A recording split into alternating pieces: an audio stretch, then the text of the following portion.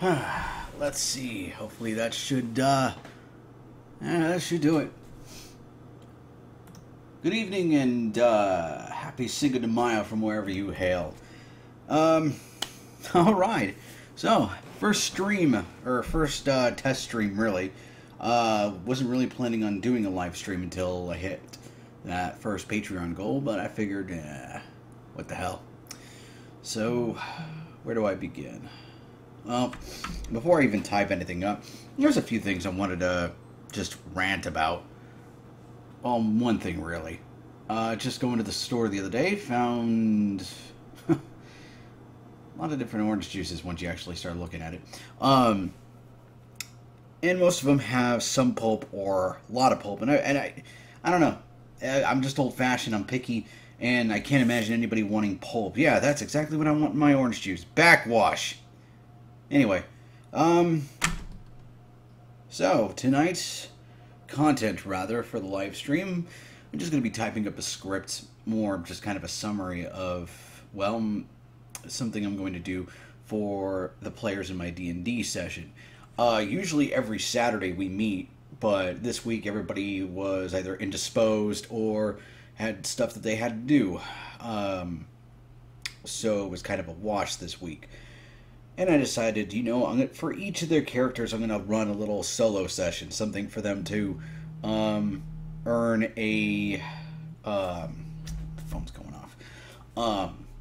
So happy I put that thing on vibrate before I started this. Lost my train of thought. Right. Solo session for each of them, so that way they can, earn a little trade or get some experience for the party, because it's all like one XP bar system. Everybody gets the same amount of XP as everybody else if one person is absent or not. That kind of thing. And I figured with each of these, they won't get XP, but they'll get something special. There's only one character, though, that this does not apply to, more or less because of the fact that they're the only cook for the team. And to explain the background on this, a long time ago, I want to say 3-4 months, possibly more, they had raided an enemy compound out in the desert after their ship was raided. Actually, before I even start on this, I should just kind of explain the whole background and setting of this place. If you've ever played a game called Skies of Arcadia, that's all you need to hear. But for those that haven't, it's a world where the world was, well, like how it is with ours, continents in the ocean. But in this one, a bunch of countries got together and say, hey, let's use these giant ancient monsters as weapons. Didn't end well. So the world ended up cracked, and all the islands are now in the sky. And the only way people can get across them is flying steampunk ships. So that's the setting for this particular D&D game. We also use Pathfinder. It's a system I'm used to.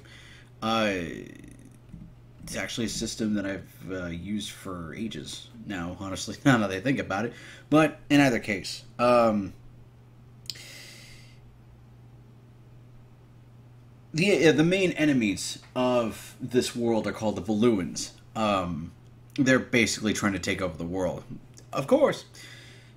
And one of their, I want to say, generals, high-ranking officers, just seeks all kinds of magic knowledge.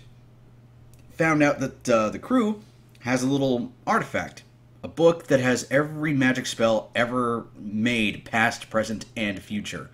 But it can only be brought up at random, so kind of a grab bag. So he has bandits raid the crew's ship, steal the book, and now the crew is, well, they're about to enter the boss fight. But before they do, they come across what I like to refer to as a save point room. I don't include one of these in every single dungeon that I made, but for this one I felt it was appropriate. And they had run across a character who, quite honestly, I can't remember what I had originally named her, but everybody just called her Mrs. Foster because reasons. She had given them magic healing cookies.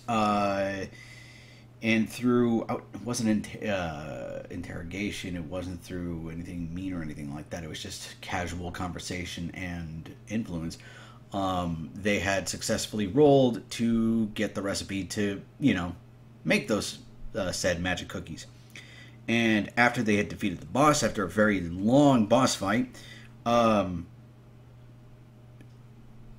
Death had basically shown up because one of the spells that was cast by the boss summoned Death, but the boss didn't pick a specific target. It's a lot more complicated than that. I'm just giving you the cliff notes, but he went with the crew just to collect the souls of the dead that they had rampaged through, except for Mrs. Foster. She was still alive, but he basically looked at her hourglass and said that her time was nearly up. So on that end, she had died that night. This is where we come to what I'm going to be writing tonight. More or less just kind of like the summary slash outline of how this solo session is going to go from one of the characters. Wonder if I missed anything. I know that was horribly and terribly explained, but I didn't exactly write a script for this. It is a live stream after all, and you got to improvise. So on that end, next time I do one of these where I explain something, I should probably write it out first. So, and we're only 6 minutes in. Oh boy, and we got a whole another 54 minutes of this to go. Fantastic. So, it isn't a total unmitigated disaster so far. So, let me increase the font size that way people can see. Oh, if you're wondering why I'm doing this without a camera, there's two reasons for it. One, my desk and the area behind me is kind of a mess. I mean, yeah, it is kind of a mess, and I'd rather have it not made public how much of a mess it is. I mean, it's not bad. It's just, I have a printer on the floor, and I've got some papers on top of it, and I've got a plastic bin and another wheelie chair behind me. That's really it, but I'm kind of OCD about these kind of things. Not like everything has to be clean, but everything should look neat. But the other reason is that I don't have a webcam. Never bought one, and I'm only taking pictures. Kind of feel like Dorian Gray sometimes. More on that on another day. So, if you're wondering why you're just looking at a blank screen, well, not really a blank screen, but a screen of Windows, Microsoft Word. I don't know why I said Windows. Yeah, that's why. Because you're going to be watching me type. And honestly, I kind of prefer this because of the fact that, well, kind of watching a story come to life, in a sense. I guess that's pretty much it.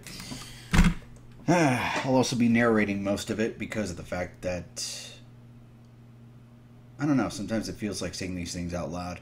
Because sometimes when you write something, it doesn't sound stupid, but then when you say it out loud, it sounds pretty stupid. So, let's see. 2:36 a.m. Don't know what day, but no, not Twilight. Everybody already knows that. Yeah. In the main galley, aboard the King's Hammer.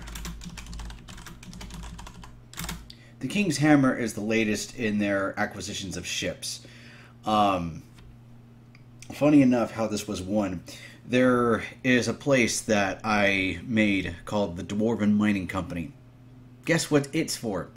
But they wanted to acquire a new ship because they were going to be heading north to a place I couldn't think up of a more clever name, a frozen wasteland called Frigidaire, to go fight a warlock who has... It's kind of like the... Oh, what's the hell... No, trying to remember the name of the bad guy from Inuyasha. Naraku, there we go. Basically, who's been doing that, who's sending lackeys after the crew just to torment the ever-living hell out of them. And once again, it's one of those situations. But they wanted to get a much bigger ship because of the fact that they know where his hideout is, and they just kind of don't want to bother going in and fighting him one-on-one. They just kind of want to bombard the place with the ship. So they went to an auction And there's one thing I love doing, just because I love the reaction that either the characters or the players in my D&D sessions have, is just seeing the reactions of the ridiculous. So the first opening bid for one of the ships that they acquired was a dwarf who used an old shoe as his opening bid, because that's allowed in this one place. And the reactions were typical but hilarious. Eventually, though, they got the ship, even outbidding a wish ring. Details on that later. For those of you who don't know what a wish ring is, it's exactly that. It's like a genie. You make a wish, and it grants you any wish you want. They are supposed to be extremely rare in D&D, but sometimes it's fun to toss these things around like they're candy. So, that is the story behind their acquisition of the King's Hammer. What was I going to write? Right. Huh.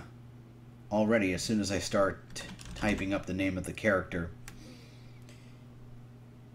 I feel kind of bad, because this is a character I have not had extensive amount of time, thinking ahead story-wise, unlike other characters.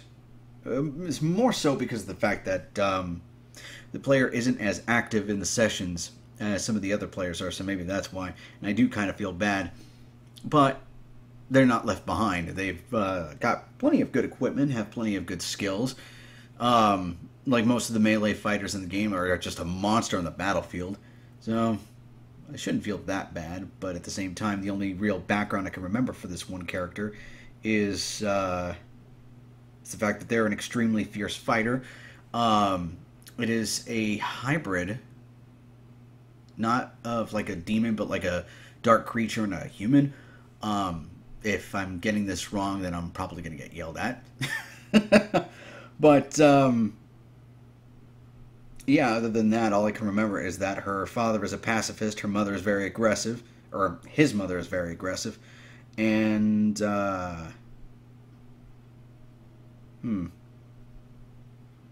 honestly can't remember anything else. Man, do I feel like an asshole. Oh well. Feeling peckish in the middle of the night. Really, it's already telling me that I spelled peckish wrong. Puckish. Puckish is not... Is puckish a word? I don't know. Doesn't matter. Feeling peckish in the middle of the night. Decides to head to the galley to make... Does one make a sandwich? Well, see, here's the thing. I know the anachronisms of Skies of Arcadia, but I've changed things around. So, would one make a sandwich in the middle of the night? Or would one just, make toast? I don't know. I'll just put toast. Make some toast. Quiet, alone. Can practically hear a pin drop. By the way, you will be seeing me make a ton of writing errors. Just a lot of them. Because I tend to type really, really fast, and sometimes, well, I really shouldn't. I really should slow down most of the time. Because of the fact that I do tend to make a lot of mistakes, and then I have to go over those mistakes over and over again. But then again, maybe I should make those some mistakes. I don't know. It's just, like I said, one of those OCD things. Anywho, you can practically hear a pin drop. From behind in the back corner of the galley. Feels cold wind. More on this character in a minute, but I wonder. I think it's just, blank white portal.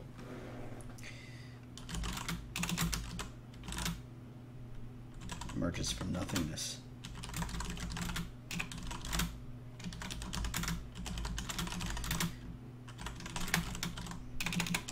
Sheath.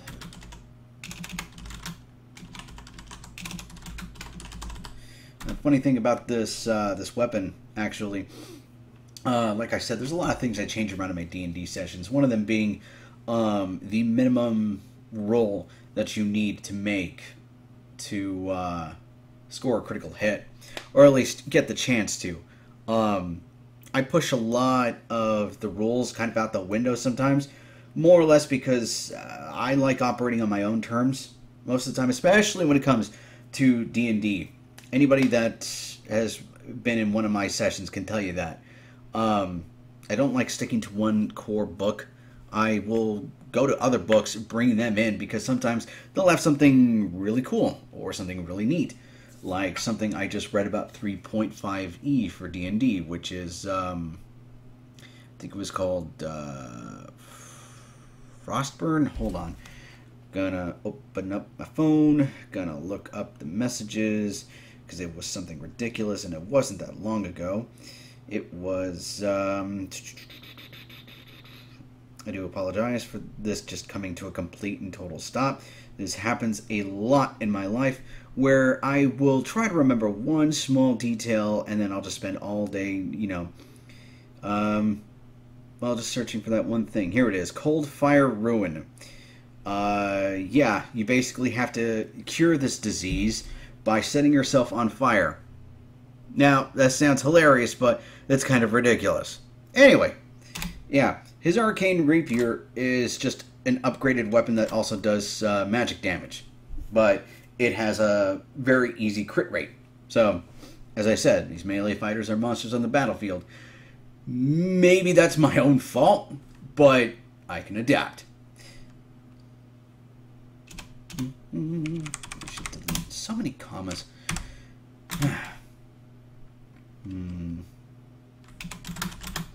Steadies his hand when... Sometimes I hate writing things that I see that go so well in my head when... Well, you'll see it in a minute. No. When he sees that...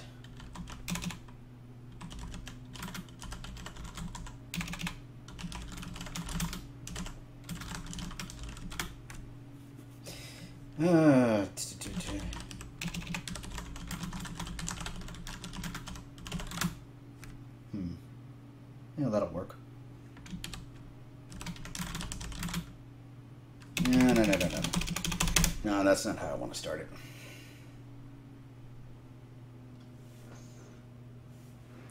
Right. Maybe I should start it like this.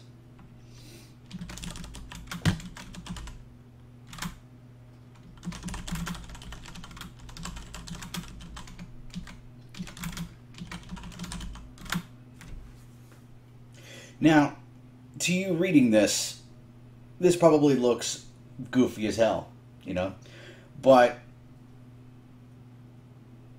to the players in my D&D session, this is just kind of run-of-the-mill. I also have this insane habit. I don't know if this is punctually correct or not. This is why proofreading is important. But yeah. That's what I was missing. His usual gruff tone. The reason why I say usual gruff tone is, well, because of the fact that I do a lot of voices for all of the characters in my D&D session. Death in particular has a pretty gruff voice. Usually talks, well, like he's got something stuck in his throat and he's seriously pissed off all the time. I have two characters that use that same voice, and I'm so happy they've never been in the same place because of the fact that I can't do that trick where you throw your voice. I really wish I could. I would kill to have that kind of skill, but I don't. Where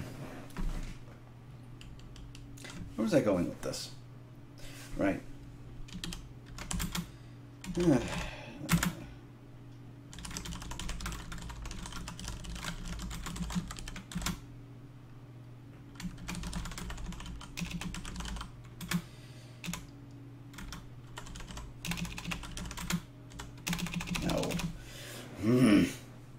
Sometimes a word of choice can make a sentence completely come to a halt in terms of tempo, or just seem out of place.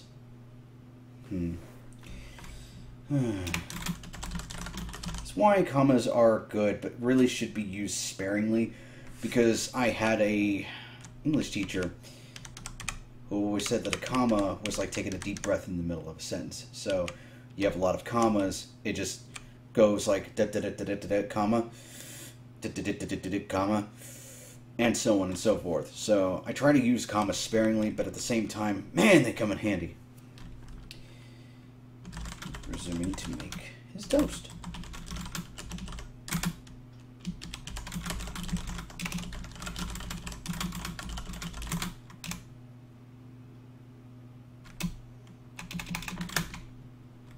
Should be a period or an exclamation point. He's not shouting it, but at the same time, it's kind of how he speaks. Yeah, we'll leave it as a period.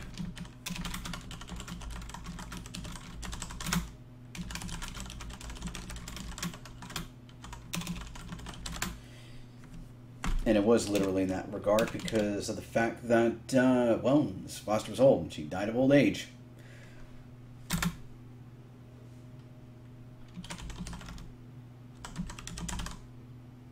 Is it really explaining them? I don't know.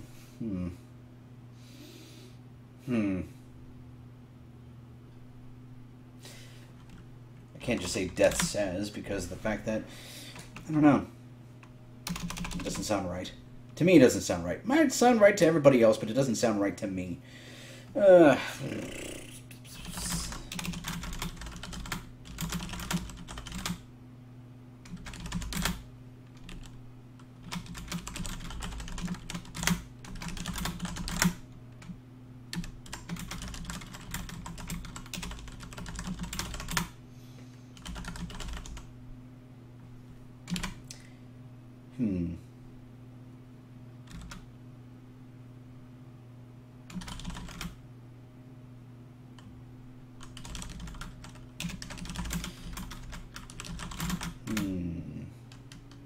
Should it be a white scroll, or should it be like a parchment, like the same color as the Constitution that everybody sees in a Google image photo when you look up, you know, what the Constitution looks like?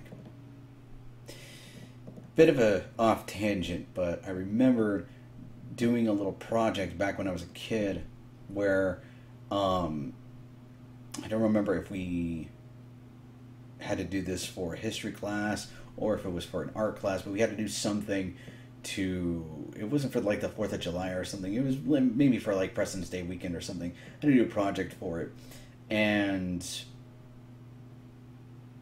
my sister had come up with this clever idea. I don't know if she got it from just like thinking about it, or if my dad taught her. I don't know where this idea came from, but those little foil things that you use for turkeys and stuff like that when you throw it in the oven, it's like a little baking pan, like one of those disposable ones that you can get for like $1.50 for like 8 of them at like Stater Brothers or something. She got one of those, got a pot of coffee, filled the baking sheet with coffee, crumpled up the paper that she was going to use to write on, put it in the coffee, let it sit for like 10 minutes, then pulled it out, and it looked like an old parchment. And it was really neat, it was really cool, and I don't know why this reminded me of that, but it did. But back to the question, should it be a white piece of paper with a red ribbon on it, or should it be a crumpled up piece of paper with a ribbon on it? I don't know. I don't know. Not crumpled, but tan. Is it tan though, or is it beige? Let's say tan for now. We'll probably have to fix that later.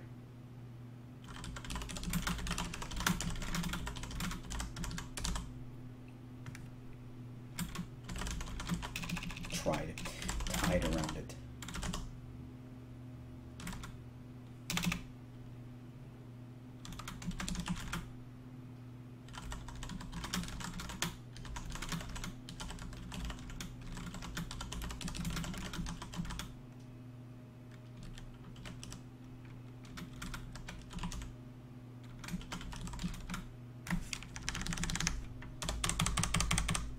Wondering if that should be a comma, or maybe I should just put a dash there, you know?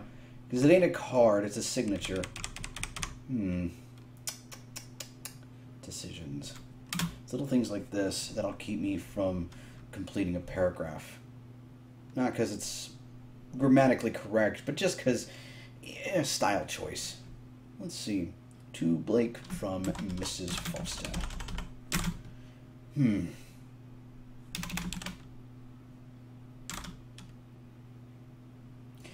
this is the fun part. Because I had to think of a way, I had to think of something, not for this particular item, but just for each of these solo sessions. Not going to tell them all here because of the fact that my friends are going to see this later and they're going to ask me two questions. One, why didn't I tell them about this live stream? And two, yeah, they're going to wonder what their sessions are. And if I say what they are here, then it's going to spoil everything, and I like surprises. But yeah, that's the reason why I didn't tell them about this, because the fact that didn't want everything to be spoiled. But at the same time, maybe I probably should have. I don't know. I forget where I was going with this. Right, coming up with each of these solo sessions. I had to think of something clever, something within the context of the story, you know, something that fits. And for Blake, evidently, not just the players, or not just the characters in the story, but some of the players themselves felt really bad when, you know, Mrs. Foster got the axe. And it was a character that existed for like 5 minutes. So, in essence, I figured, we'll see what we can do with that. And I had to think of something. And when I thought of it, I thought it was funny. I thought it was, well, I wouldn't say it's clever, but I was just thinking it's kind of funny. And here we go. Remember some... Now, if I'm going to say it in Death's voice, I have to say it in his voice. Remember some time ago when y'all invaded Nassar? And that's how it's spelled, that's how it's pronounced. I can't do Blake's voice because, reasons. I don't voice Blake, that's a player who voices them, and I can't do their voice. That's one thing about... the thing I do with my voices, I can only do, like, most people, I can only do cartoon characters. I don't do, like, celebrities and stuff like that. But, if there's one voice that I wish I did have that was a celebrity, that would be Tony J. For those of you who don't know who that is, the most common voice that people would know him is Frollo from Hunchback of Notre Dame. That voice I would kill to be able to do. Would love it. I could do so much with it. Anyway, I don't know why I wrote Blake when Blake is the one that's talking.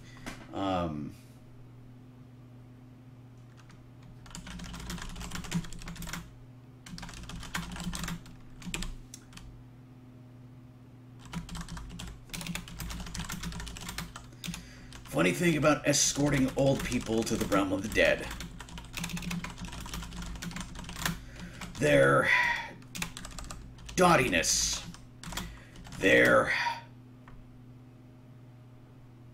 Alzheimer's. I wonder if it should be capitalized or not. I'm probably spelling this wrong too. Yep. Because I don't know how to spell Alzheimer's. Or apparently I did. Just needed an apostrophe. It never really clears up until they're brought to where they need to go.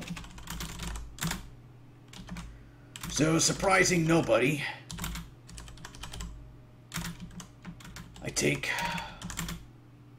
one look to my left and she wanders off. But before I can go chase after her, I get called to another job. She went missing for 5 months. Now, I don't know if this is accurate. I'm just saying 5 months because I feel that's how long it's been between the events of Nassar and where they're at now. Which is, right, tonight's session, or the session that was supposed to be tonight. When they got the King's Hammer, lots of stuff happened. Just too long to put in the Cliff's Notes at the current moment. They are now heading back to Nassar for reasons. Again, too much for Cliff Notes. But on the way there, it's kind of a long journey because of the fact that their previous ship could do it in a very short amount of time. The King's Hammer, on the other hand, is a capital warship. And it's slow as hell. So they're barely 6 days into the journey, and they get ambushed by pirates. Not like, you know, a couple of ships that they could just shoot down in a couple of seconds. No. No. This is going to be a very long airship siege battle.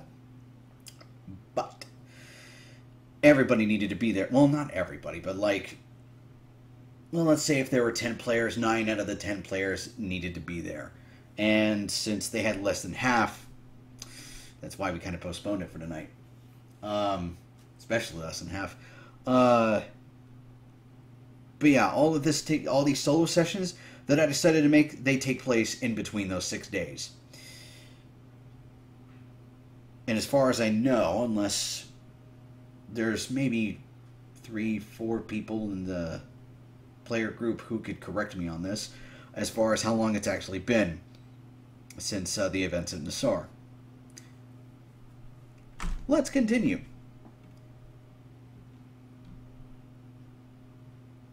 Huh.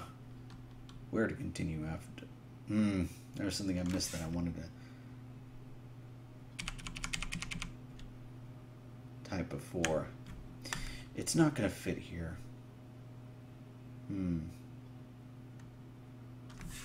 Here we go. This is where it fits. Tying up loose ends. Because if someone goes missing for 5 months, you got to chase after them. Yeah, that's a loose end.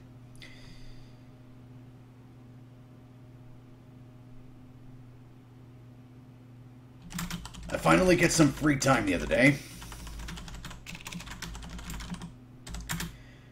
And it turns out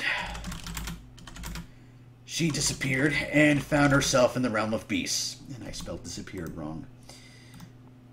So happy spell check is a thing that exists. Into the realm of beasts. It's where all animals end up. Either pets or just normal animals. It also serves as... I wonder if it's ironic or if it's justified. We'll go with justified. Serves as a justifiable hell for those who were ostensibly. Is it ostensibly or ostensibly? We'll leave that out, and we'll fix that later. Who were cruel to animals in their lives while they were alive. So as you could imagine, a lot of cultists down there.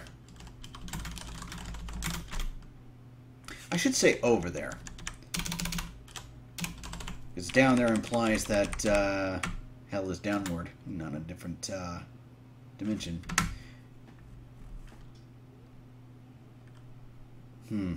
Right. Anyway, it turns out she had been working as a soul wrangler. Usually they're called keepers, but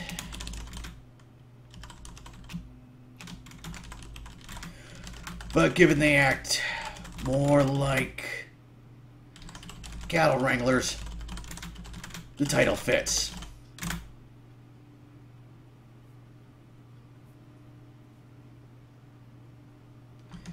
As you might imagine, Imgame. Because we can't spell today.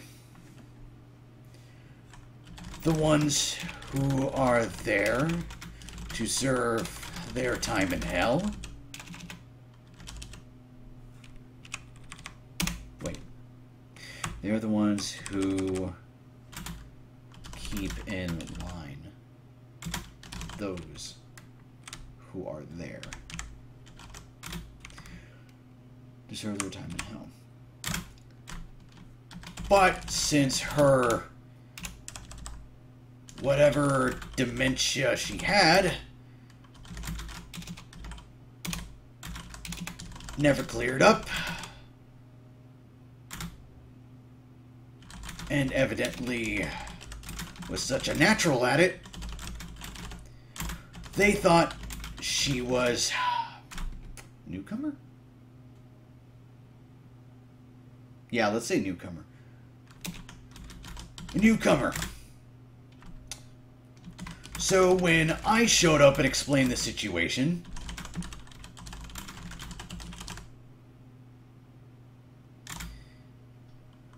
we figured, why change things? She seems happy. She's good at it. And quite frankly, it would save me a lot of paperwork. Because in this world, yeah, death has a lot of paperwork. A lot of paperwork. It kind of functions like the DMV.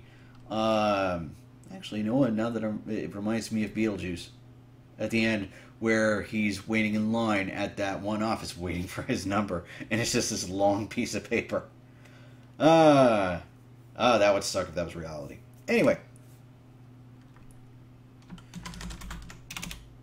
When she was inducted, her dottiness cleared up, and decided to do one little thing, since I had explained what had happened.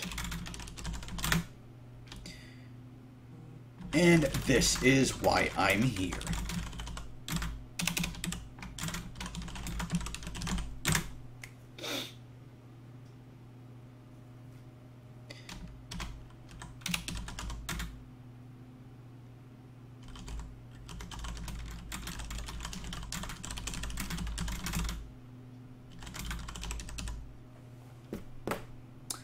Shoot, there was something on my monitor. It's a piece of dust. Anyway, slowly picks up the scroll.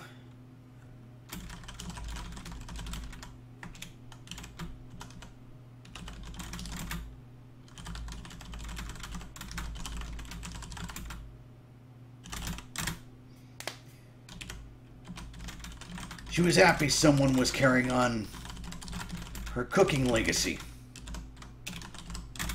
So she decided to give you a little gift. If you're wondering what it is,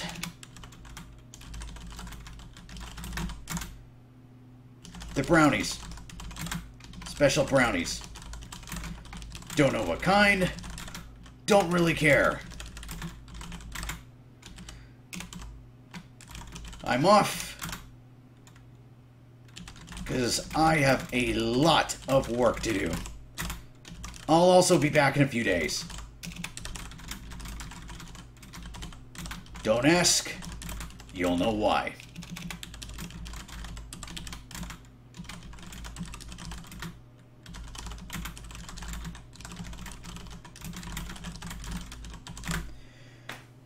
Whew. Yeah, it seems like it's a good outline. Seems good. Seems good.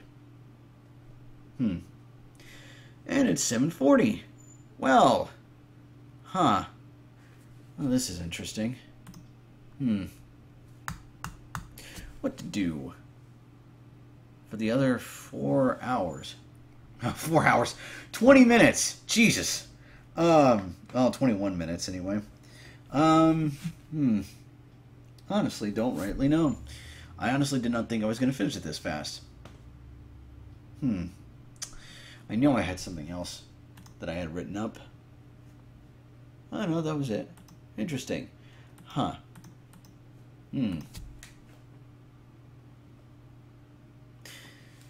Well, I figure since, well, there's nobody here, it's 40 minutes in, I think this was a pretty good test run. So, yeah.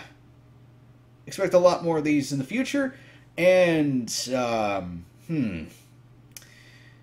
yeah, honestly, don't have a end card for this. So, yeah, I'll go ahead and upload this for you to watch at your own leisure. Thankfully, there wasn't really any video or anything else put up for this. And, well, hopefully next time it'll be a lot more entertaining, and hopefully next time somebody will actually show up.